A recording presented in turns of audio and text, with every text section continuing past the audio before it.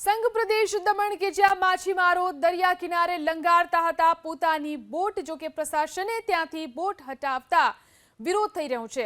માછીમારી બાદ દરિયા કિનારે બોટ મૂકી માછીમારો તેનું સમારકામ કરતા, જાળ ગૂંથવાનું કામ કરતા, જો કે આ જગ્યાનું બ્યુટિફિકેશન કરવાનું હોવાથી પ્રશાસન અહીં બોટને હટાવી રહી છે। ક્રેનની મદદથી બોટને ઉંચકવામાં આવી। આ સમયે કેટલીક બોટને નુકસાન થયું તો દમણ દીવના સાંસદ ઉમેશ પટેલે પ્રશાસનની કાર્યવાહીનો વિરોધ કર્યો। તેઓ માછીમારો સાથે ધરણા પર બેસી ગયા। ઉમેશભાઈ, આ પ્રશ્ન શું છે અને નિષ્ફળતા કેમ? બોટ તો અહીંથી ઉઠી ગઈ।